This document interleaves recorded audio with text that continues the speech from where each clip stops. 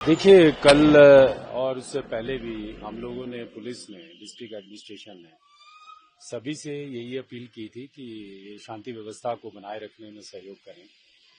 और इसी के दृष्टिगत जो है 163 जो बीएनएसएस जो हमारी भारतीय नागरिक सुरक्षा संहिता है उसके अंतर्गत भी प्रोविजंस को इन्वोक किया था। जो इस पूरे मामले में जो अपने आप को स्टेक होल्डर्स क्लेम करते हैं, कुछ लोग अपने आप को सिविल सोसाइटी का बताते हैं और कुछ और लोग, तो उन लोगों के साथ भी बैठक की थी और उन सभी को उन्होंने भी सभी ने ऐसे एश्योर किया था कि ये सब शांतिपूर्ण है। लेकिन जिस प्रकार से कल पब्लिक प्रॉपर्टी को नुकसान पहुंचाया और बैरिकेड्स को तोड़ा और उसके बाद जो सभी लोगों ने देखा, आप लोगों ने भी देखा कि किस तरह सुनियोजित तरीके से पत्थरबाजी की गई, पुलिस के जवानों को उसमें चोटें आई हैं। तो ये सारा के सारा जितना भी जो घटनाक्रम हुआ है वो एक अपने आप में जो है वो व्याख्या करता है सभी चीजों की। पुलिस ने जो भी प्रोसीजर और प्रोसेस ऑफ लॉ है उसके अंतर्गत हमने काम किया और जिस तरह से ये सुनियोजित तरीके से जिस तरह से ये एक सिस्टमेटिक और प्लान तरीके से जो किया गया वो अपने आप में एक्सप्लेन करता है कि the consequences of law will follow और ये इस दिशा में जो है वो हम लोग डेफिनेटली लॉ वारंट्स की the proper action should be taken. Peace तो उसके इमीडिएटली बाद रिस्टोर हो गई and the common people and citizens जो है वो आप देखिए कि दिन दैनिक के जीवन में व्यस्त हैं। उनका पूरा पुलिस और सिस्टम को फुल सपोर्ट है बिकॉज एवरीबडी वांट्स पीस। तो हमने सभी से हम ये आग्रह और आह्वान करते हैं कि जो भी मैटर्स हैं उसमें हम लोगों को जो है वो लीगल प्रक्रिया और प्रोसीजर्स का वेट करना चाहिए, ना कि इस तरह के जो एक सिस्टमेटिक प्लान तरीके से एक पीस को ब्रीच करने का काम करना चाहिए। लाठी डंडा पत्थर और हथौड़ा और इस तरह की चीजें लेकर के जो है वो आम जनजीवन पे जो है वो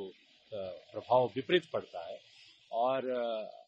as a superintendent of police of district Shimla और कैपिटल में हम तो हमेशा ही सिटीजन से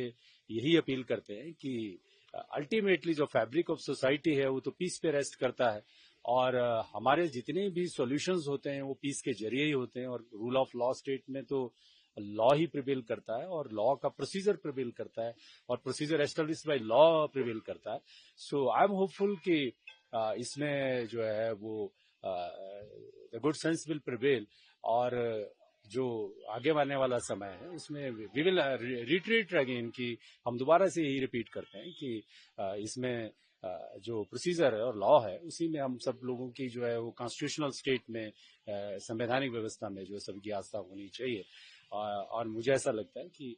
हमारे जो कंसर्न्स हैं उनको सभी लोग अच्छे से अप्रिशिएट करेंगे और लॉ को अवॉइड करेंगे। बिल्कुल हमारे कल जो एग्रेसिव जो जिस तरह से प्रोटेस्ट जो था वो एक अनलॉफुल असेंबली जिस तरह से बनी, उन्होंने जो है वो पथराव किया, पुलिस के कुछ कर्मचारी घायल हुए, कुछ को ज्यादा सीरियस इंजरी भी हुई है। तो वो तो एक लॉ का अनदर कोर्स जो है वो ओपन होता है इस तरह के घटनाक्रमों से, वो तो एक अलग चीज है, उसमें जो इन्वेस्टिगेशंस और सारी चीजें होती हैं वो तो होती हैं। बट उससे ऊपर जो एक चीज जाकर है वो ये है कि हमको एक रीजन और तर्क के ऊपर काम करना चाहिए और ये जो व्यवस्था है हमारी, ये इस व्यवस्था में जो है वो अल्टीमेटली तो लॉ ही प्रिवेल करता है। देखिए ये तो इन्वेस्टिगेशन की सारी चीजें हैं, कंसिक्वेंसेस तो लीगल को लॉ को जब भी कोई तोड़ता है तो डेफिनेटली कंसिक्वेंसेस तो होते ही हैं and two wrongs can not make one right कि ये तो हम लोग सब जानते ही हैं कि जो है उस तरह से सिद्ध नहीं हो सकती हैं चीजें। बट अभी जो सिचुएशन है वो यही है कि हमारा जो मेन फोकस है वो आमजन के साथ जो है एक इस तरह से चीजों को मिलजुल के सॉर्ट आउट करने को लेकर है कि जिसमें हमारी सोसाइटी की जो इवेंचुअली व्हाट वी